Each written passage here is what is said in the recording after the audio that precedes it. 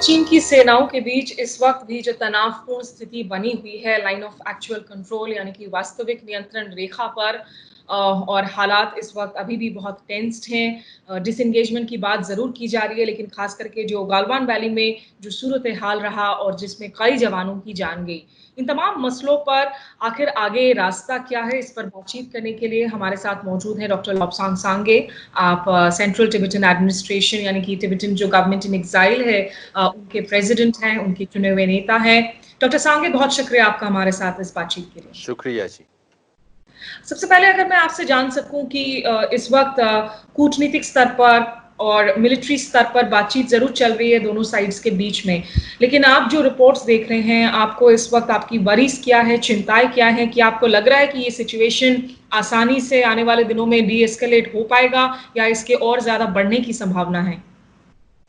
हम तो यही प्रार्थना करते हैं कि जो अभी जो दुर्घटना हुआ वो कम हो जाए और शांत हो जाए और वार्ता के अनुसार ये इश्यू को सॉल्व किया जाए। हम तो यही मानते हैं और प्रार्थना यही करते हैं, मगर हमें ये भी मालूम होना चाहिए कि अब चीन का सोच क्या है, वो चीन क्या करने चाहते हैं, आगे क्या करने चाहते हैं, इसको भी हमें ध्यान से देखना पड़ता है, क्योंकि पहले आपको वेरीफाई करना चाहिए, उसके बाद विश्वास करना चाहिए।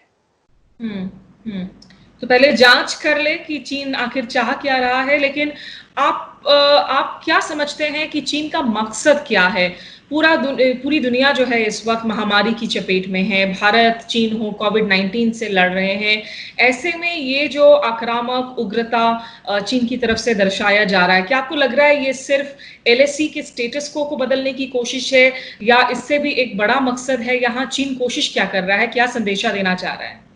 देखो, आप इतिहास में देखने से उनका मकसद तो बड़ा ही है, क्योंकि चीन को मैप को देखो, जो हान चाइनीज का जमीन जो है सिर्फ 40% है। अब वो बाकी 60% जो है वो कब्जा कर लिया चीन ने।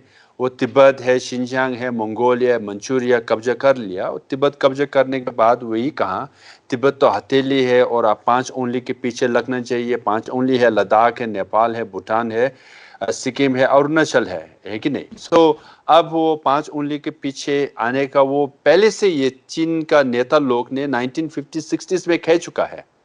अब वो 5 उंगली के पीछे आ रहा है। 2017 में दोकलान का घटना हुआ, अब ये लद्दाख का दुर्घटना हुआ, तो उनका तो वो विस्तारवादी नीति अभी भी चल रहा है, सोच वही है और कोशिश भी यही चल रहा है उनका।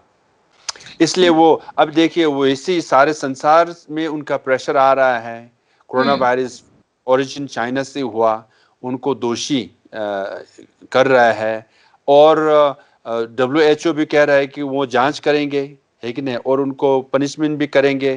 तो अमेरिका के साथ उनका जो रिश्ता है वो भी थोड़ा खराब हो रहा है। यूरोपियन यूनियन के साथ जो रिश्ता है वो भी अच्छी तरफ से नहीं चल रहा है। और चीन अंदर भी उनका जनता लोग भी कह रहा है कि हमें भी हमारा वो मानव अधिकारी चाहिए, और उनका भी नेता लोगों को क्रिटिसिज्म भी हो रहा है। तो बहुत इंटरनल एक्सटर्नल प्रेशर है, इसके कारण से वो अटेंशन डाइवर्ट करने के लिए भी कर रहा है। वैसे उनका विस्तारवादी की नीति जो है वो चलते रहेंगे। आपको लगता है, आपने चूंकि जो 5 फिंगर्स का रेफरेंस दिया, नेपाल में इस वक्त जो कुछ हो रहा है और नेपाल और भारत की सीमा पर जो पूरा डिस्प्यूट हुआ, नेपाल ने अपने संशोधन कर दिए, खुद अपने संविधान में कॉन्स्टिट्यूशनल अमेंडमेंट्स किए। हाल में इंडियन आर्मी चीफ ने कुछ कमेंट्स दिए थे जिसमें सीधे चाइना का नाम तो नहीं लिया था, लेकिन कहा था कि जो हो रहा है वहां वो दरअसल चीन की शैडो के तहत हो रहा है। तो आपको लगता है कि इसमें नेपाल को सोचने की जरूरत है, भारत और नेपाल के रिश्ते भी दरअसल चीन की तरफ से इन्फ्लुएंस्ड हो रहे हैं? देखो, मेरे को ये सब स्पेसिफिक डिटेल्स मालूम नहीं, क्या हो रहा है क्या नहीं हो रहा है। वैसे मैंने कहा हथेली और 5 उंगली, 5 उंगली में है वही है, लद्दाख है, सिक्किम है, नेपाल है, भूटान है। और उसको प्रेशर करने के लिए उनका पहले से सोच था, उनका नीति है, तो कोशिश तो करेंगे ही सही। सो इसमें आपको क्या लगता है कि वे फॉरवर्ड अब क्या होना चाहिए? इंडिया का तिब्बत को लेकर पॉलिसी क्या होना चाहिए? वन चाइना पॉलिसी पर क्या विचार करने की ज़रूरत है?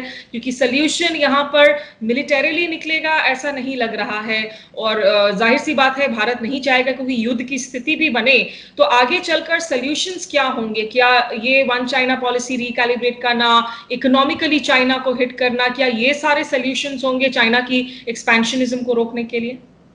हम तो प्रार्थना यही करते हैं कि युद्ध ना हो, शांति फैले।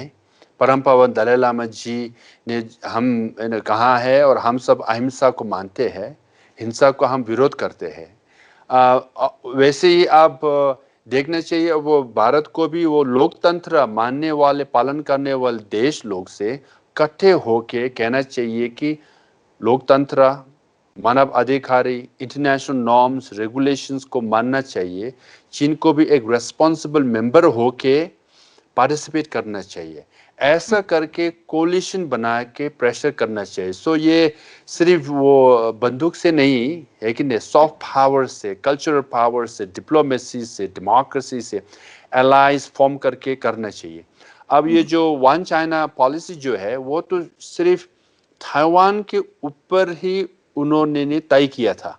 अब ताइवान के नेता लोग कह रहा है कि वन चाइना पॉलिसी को रिव्यू करने के लिए, तो भारत सरकार भी मेरे ख्याल में ये इनको अ, सुनेंगे और सोचेंगे क्या करना चाहिए। तो ये सब रिव्यू करना तो मेरे ख्याल में चाहिए। एक आखिरी सवाल, जो अरुणाचल प्रदेश के मुख्यमंत्री हैं पेमा खांडू, कल एक बॉर्डर पोस्ट के इनॉग्रेशन की तस्वीरें डालते हुए, बॉर्डर पोस्ट की इनॉग्रेशन नहीं, वहां पे वो जवानों के साथ इंटरैक्ट कर रहे थे बुमला पोस्ट पर, और ट्विटर पे उन्होंने जो संदर्भ लिखा उसमें इंडो चाइना बॉर्डर की जगह इंडो तिब्बत बॉर्डर का जिक्र किया। आपको लग रहा है कि ये एक सोची समझी रणनीति के तहत जो है एक चेंजिंग नैरेटिव का हिस्सा है? देखिए, चीफ मिनिस्टर पेमा खांडू जी, मैं उनको जानता हूँ, वो परम पावन दलाई लामा जी को बहुत मानते हैं। अब वो भी बुद्धिस्ट है और मेंपा है, और उनको ना इतिहास के अनुसार उनका पिता और ग्रैंड पेरेंट्स, पेरेंट्स से लेके कई साल तक सब ने कहा है कि वो सीमा जो है तिब्बत का सीमा है। तो उनका फैमिली में हंड्रेड्स ऑफ इयर्स वो तिब्बत के सीमा मानते ही आए ना, तो वो कह रहा है वो जो उनको कहा, वो जब पैदा हुआ, जब बड़े हुआ, जो वो जानते वो लिख दिया। अब ये तो देखना पड़ेगा कि 60 साल का इन्वेंशन ही है इंडो चाइना बॉर्डर, तो 60 साल में इन्वेंट किया हुआ है, नया एकदम। सो चीन ने मैन्युफैक्चर किया हुआ नया चीज है। नया चीज उतना ड्यूरेबल नहीं होता है। वो हजारों साल का चीज जो है, इंडिया तिब्बत बॉर्डर जो है हजारों साल पुराना है। जो पुराना होता है कीमती होता है और मजबूत भी होता है। तो उसने जो अपने संस्कृति के अनुसार जितना उनका फैमिली ने जब भी बात करते यही कहेगा ना, वो तो है कि नहीं। तो वो जो सच है वही कहा दिया, इसमें वो बड़ा इश्यू हम तो नहीं देख रहा है। मेरे चलिए, फेसबुक में जाइए, मेरे ट्विटर में जाइए, हमने भी एक वो रोड साइन शेयर किया हुआ है, उसमें लिखा हुआ है ये भारत का किलोमीटर उतना है, तिब्बत का किलोमीटर उतना है। रोड साइन तो पहले 1950s में वही था, अब बाद में तोड़ दिया और बाद में वो गायब हो गया। और फिर रोज लोग कहने लगे कि ओ तिब्बत भारत का सीमा नहीं, तिब्बत चीन का सीमा। वो कहाँ? अब ये सब घटना, दुर्घटना कब से हुआ? जब से ये चीन भारत का सीमा हुआ। तो आखिरी तो हम सवाल तो सर। यही कहते हैं कि वो तिब्बत इतिहास के अनुसार जो थे, एक शांति का क्षेत्र था, उसको रिस्टोर करना चाहिए। Tibet as a buffer zone चीन और भारत के बीच में था, वो रिस्टोर करना चाहिए। और बॉर्डर जो है, सीमा जो है, वो तो इतिहास के अनुसार तो सैनिकरण का मुक्त था, उस समय नहीं था, वो सैनिक की जरूरत ही नहीं था। उसको रिस्टोर करो तो फिर शांति हो ही जाएंगे। तो आखिरी सवाल ऐसे में एलएसी की हालात पर आपको लगता है कि भारत को जो है वहाँ अपनी मिलिट्री प्रिपेयर्डनेस रखने की ज़रूरत है और भारत की जो संप्रभुता है, सॉवरेनिटी है या एलएसी के स्टेटस को ऑल्टर की जो कोशिश है, भारत चाह रहा है कि अप्रैल की स्थिति दोबारा से जो स्टेटस को एंटे है उसको रिस्टोर किया जाए। यहाँ कितनी पॉसिबिलिटीज़ रहेंगी, कितना संभल कर रहना पड़ेगा कि टेरिटरी का लॉस ना हो इंडिया के लिए? जरूर। आप चीन नेता का माइंडसेट सोच समझने चाहते हैं तो फिर आपको तिब्बत में क्या हुआ, क्या हो रहा है, उसका जानकारी करना चाहिए। क्योंकि तिब्बत में देखिए एक रास्ता जो चीन से तिब्बत को जुड़ा हुआ था, अब ये 100 रास्ता हो गया। एक रेलवे लाइन चीन से तिब्बत तक आया, अब रेलवे लाइन आ रहा है नेपाल के बॉर्डर, नेपाल के अंदर और भारत के बॉर्डर में आ रहा है कि नहीं। वो एयरफील्ड जो है, जितना भी एयरपोर्ट है, सब भारत की सीमा और नेबरिंग पड़ोसी देश की सीमा पे बिल्ड कर रहा है। तो वहां से तो उनका कोशिश, विस्तारवादी नीति का कोशिश जारी है।